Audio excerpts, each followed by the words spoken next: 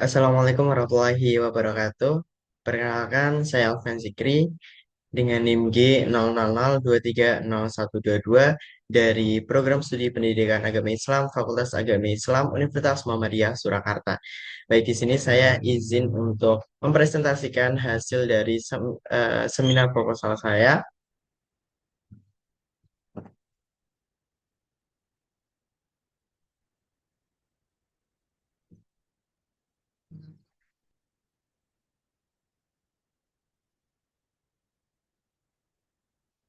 Baik, di sini saya mengambil tema atau judul yaitu analisis penggunaan artificial intelligence atau AI dalam penyelesaian tugas akademik mahasiswa semester 6 pada program studi pendidikan agama Islam di Universitas Muhammadiyah Surakarta.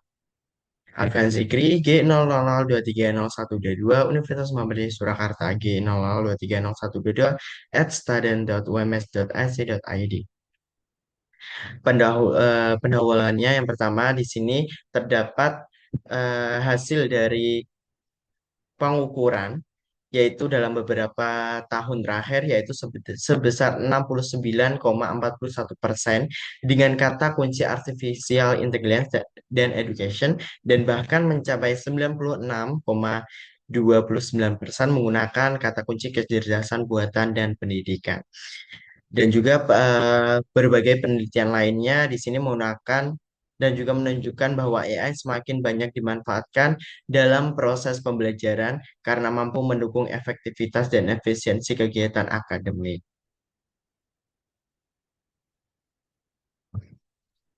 Soalnya di sini kata kunci yang kedua yaitu AI sendiri dapat membantu proses memperoleh informasi atau referensi dan juga mengembangkan ide serta menyusun materi dan meningkatkan pemahaman terhadap suatu topik sendiri. Jadi AI ini membantu mahasiswa untuk mencari sebuah ide dan juga mencari referensi sendiri. Di sini ada kata kunci yang ketiga yaitu AI sendiri atau Artificial Intelligence ini membantu mahasiswa untuk menyelesaikan tugas-tugas akademik sesuai dengan judul yang saya ambil secara lebih efektif dan juga efisien. Sejalan dengan tuntutan pendidikan abad ke-21 yang menekankan kemampuan berpikir kritis, maka oleh dari itu AI sendiri mendukung proses pembelajaran tersebut dan juga mahasiswa agar lebih bisa untuk berpikir kritis dan juga meningkatkan literasi digital mahasiswa seperti itu. Soalnya di sini ada AI sendiri ini membantu mahasiswa dalam menyelesaikan tugas akademik secara efisien, nilai moral dan juga etika dalam penggunaan teknologi sendiri. Jadi agar mahasiswa itu bisa lebih efisien dan juga lebih memiliki etika serta moral dalam penggunaan teknologi sendiri. Nah, di sini tujuan saya mengambil judul seminar proposal saya yaitu untuk meneliti bagaimana seorang mahasiswa itu menggunakan AI, apakah secara bijak atau tidak, dan juga apa saja dampak positif dan juga negatif dari AI tersebut. Nah, untuk pengumpulan datanya, saya itu melalui wawancara dan juga observasi yang setelah saya lakukan kepada mahasiswa-mahasiswa, terutama di mahasiswa pada program studi pendidikan agama Islam Universitas Muhammadiyah Surakarta pada program studi pendidikan agama Islam di semester 6 untuk membantu menyelesaikan tugas akademik mahasiswa seperti itu. Untuk metodenya sendiri yaitu saya menggunakan pendekatan kualitatif di mana dengan jenis saya menggunakan jenis lapangan yang dilakukan pada mahasiswa semester 6 sendiri. Penelitian saya ini bertujuan untuk mengkaji bagaimana mahasiswa memanfaatkan AI sendiri untuk menyelesaikan tugas akhir seperti itu. Untuk data yang telah saya telah saya kumpulkan, kemudian saya analisis melalui beberapa tahap seperti mereduksi atau menyederhanakan data yang diperoleh, menyajikan data secara sistematis agar mudah dipahami dan juga menarik kesimpulan data-data yang telah saya temukan. Nah, di sini ada hasil hasil penelitian saya atau hasil wawancara saya dan juga observasi serta pembahasan. Nah, di sini eh, terdapat data yang saya peroleh dalam melalui wawancara ini telah mendapatkan data bahwasannya mahasiswa tersebut menggunakan AI. Ada yang menggunakan AI sejak awal perkuliahan, ada yang menggunakan AI ketika pertengahan kuliah, entah itu di semester 3 atau semester akhir di semester 6 seperti itu. Nah, AI sendiri ini membantu untuk menyelesaikan tugas perkuliahan. Hal ini menunjukkan bahwa AI itu dipandang sebagai alat bantu saja, alat bantu belajar untuk mampu memahami dan juga mendukung proses akademik. Mayoritas mahasiswa Gen Z, di mana mereka lebih melek atau mereka lebih paham dengan teknologi seperti itu. Responden saya juga mengungkapkan bahwasannya kebanyakan mereka menggunakan AI sendiri untuk membantu proses pembuatan makalah, penyusunan artikel, penyusunan materi presentasi, serta pencarian ide untuk mengembangkan sebuah tulisan. Nah, jadi AI sendiri ini hanya untuk sebagai pancingan ketika kita akan mencari sebuah judul, mencari sebuah ide, dan juga sebagainya, seperti itu. Soalnya di sini ada responden mengungkapkan bahwa jawaban yang diberikan AI terkadang kurang sesuai dengan kebutuhan tugas yang sedang dikerjakan. Nah, itu adalah sebuah dampak dampak dari AI yang mungkin jawaban-jawaban yang telah diberikan tidak sesuai dengan apa yang kita inginkan. Berbeda dengan ketika kita memulai semuanya dengan nol seperti itu. Tetapi walaupun jawaban yang telah diberikan AI itu terkadang kurang sesuai, maka mahasiswa itu bisa untuk mengolah data tersebut agar sesuai dengan apa yang kita inginkan. Kembali lagi yang sebelumnya saya sampaikan bahwasanya AI ini hanya sebuah perantara untuk kita mencari ide dan juga mencairkan sebuah data seperti itu. Nah, soalnya di sini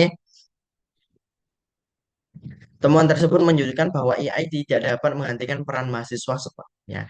Jadi AI ini tidak dapat menggantikan peran mahasiswa. Di sini yang dimaksudkan adalah AI sendiri tidak dapat menggantikan kita sebagai mahasiswa, tetapi AI dapat membantu kita sebagai mahasiswa untuk mencarikan sebuah ide-ide dan juga gagasan-gagasan ke depannya seperti itu. AI ini hanya berfungsi sebagai alat bantu seorang mahasiswa.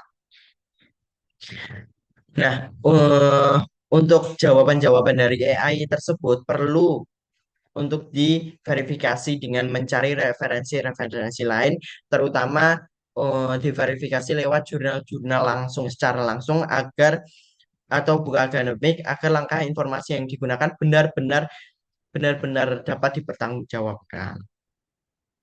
Nah, responden berpendapat juga bahwasannya penggunaan AI ini dapat memberikan dampak positif maupun negatif. Dampak positifnya terlihat ketika AI digunakan untuk memperluas wawasan dan membantu memahami konsep-konsep tertentu dengan adanya penjelasan yang cepat dan mudah dipahami. Jadi, AI ini membantu seorang mahasiswa ketika mahasiswa itu susah dalam me- memahami sebuah informasi. Nah, AI ini dapat membantu mahasiswa untuk atau merangkum materi-materi tersebut agar mahasiswa dapat mudah me- agar mahasiswa dapat mudah menangkap informasi-informasi tersebut. Namun juga ada kekhawatiran bahwa ketergantungan atau berlebihan pada AI dapat menyebabkan mahasiswa menjadi kurang proaktif dalam berpikir kritis mereka sendiri. Jadi ada yang ketergantungan terhadap AI. Oh, aku disuruh membuat artikel, aku disuruh membuat makalah, aku disuruh presentasi, mereka langsung meminta tolong atau ke aplikasi AI tersebut untuk membuatkan materi-materi tersebut. Nah, itu dampak-dampak negatif dari AI atau eh, orang yang sudah kecenderungan AI seperti itu.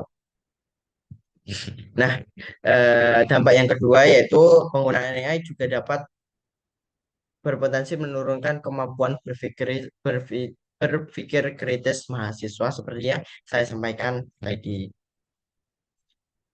Nah, penggunaan AI sendiri yang tidak terkendali dapat mengubah cara mahasiswa mengolah informasi dan mengembangkan pengetahuan serta keterampilan berpikir mandiri yang diperlukan dalam pembelajaran yang mendalam. Nah, menurut secara umum, AI ini lebih banyak memberikan manfaat yang dibandingkan menimbulkan masalah. Manfaat yang dirasakan terlalu mempercepat proses pencarian informasi, membantu menyusun kerangka tulisan, meningkatkan efisiensi waktu, dan memberikan inspirasi dalam menyelesaikan tugas. AI sendiri digunakan sebagai alat analisis penelitian, meningkatkan efisiensi dan akurasi dalam mengolah data sangat membantu percepat penulisan. Jadi AI sendiri ini membantu lebih banyak manfaatnya daripada masalah menimbulkan masalah-masalahnya. Nah, untuk ada masalah ataupun terdapat masalah ataupun dari manfaat, maka mahasiswa perlu untuk diimbangi dengan sikap kritis seorang mahasiswa dan tanggung jawab akademik. Penggunaan AI tidak boleh dijadikan jalan pintas untuk menyalin seluruh jawaban tanpa proses berpikir. Jadi ketika kita mendapatkan sebuah ide atau gagasan dari AI sendiri, maka kita tidak boleh langsung mengupasnya, tetapi kita perlu membacanya terlebih dahulu sesuai dengan gagasan-gagasan kita sendiri. Nah, responden sendiri juga memberikan saran agar mahasiswa mampu mengontrol penggunaan AI dan tidak bergantung sepenuhnya pada teknologi tersebut. AI sendiri sebaiknya dimanfaatkan sebagai pendamping belajar, bukan sebagai pengganti proses belajar. Jadi AI ini kembali lagi AI ini adalah sebagai alat bantu, bukan jalan pintas seorang mahasiswa untuk mengerjakan tugas seperti itu. Nah, keseimbangan antara pemanfaat teknologi dan kemampuan belajar mandiri menjadi kunci utama mahasiswa yang mampu menggunakan AI secara profesional akan memberi manfaat besar tanpa kehilangan kemampuan intelektual. Jadi keseimbangan antara pemanfaatan teknologi dan juga kemampuan berpikir kritis mandiri siswa atau mahasiswa itu menjadi kunci utama mahasiswa mampu menggunakan AI sesuai dengan etika dan juga moralnya sebagai mahasiswa agar tidak cenderung menggunakan AI dan apa-apa AI seperti itu.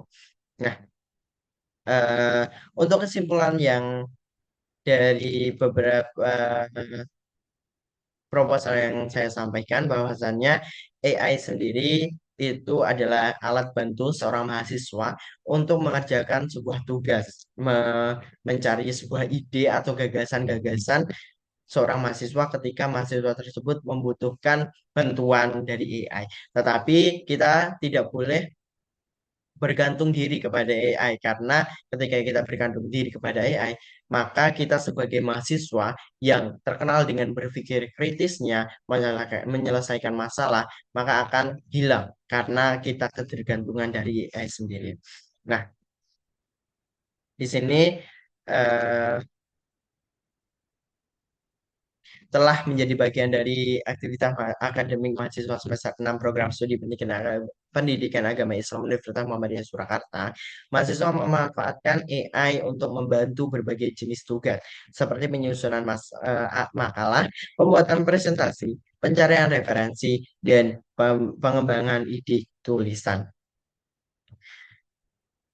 Penelitian ini juga menunjukkan bahwa AI tidak dapat sepenuhnya menggantikan kemampuan berpikir dan juga analisis mahasiswa. Informasi yang dihasilkan AI masih memerlukan proses verifikasi melalui jurnal, buku, dan sumber ilmiah lainnya agar dapat dipertanggungjawabkan secara akademik. Penggunaan AI dalam dunia pendidikan tinggi lebih banyak memberikan manfaat dibandingkan dampak negatif, asalkan dimanfaatkan secara profesional dan bertanggung jawab. AI sendiri sebaiknya diposisikan sebagai alat bantu pembelajaran yang mendukung proses akademik, bukan sebagai pengganti usaha dan kemampuan intelektual mahasiswa. Dengan literasi digital yang baik serta kesadaran akan etika akademik, pemanfaat AI dapat menjadi inovasi yang mendukung peningkatan kualitas pembelajaran dan pengembangan kompetensi mahasiswa di era digital. Jadi sebagai mahasiswa maka kita tidak boleh bergantungan pada AI sendiri agar moral dan juga etika kita sebagai mahasiswa itu tetap terjaga dan juga mahasiswa tidak dapat digantikan oleh AI karena kita memiliki pikiran kritis dan juga etika moral sebagai mahasiswa.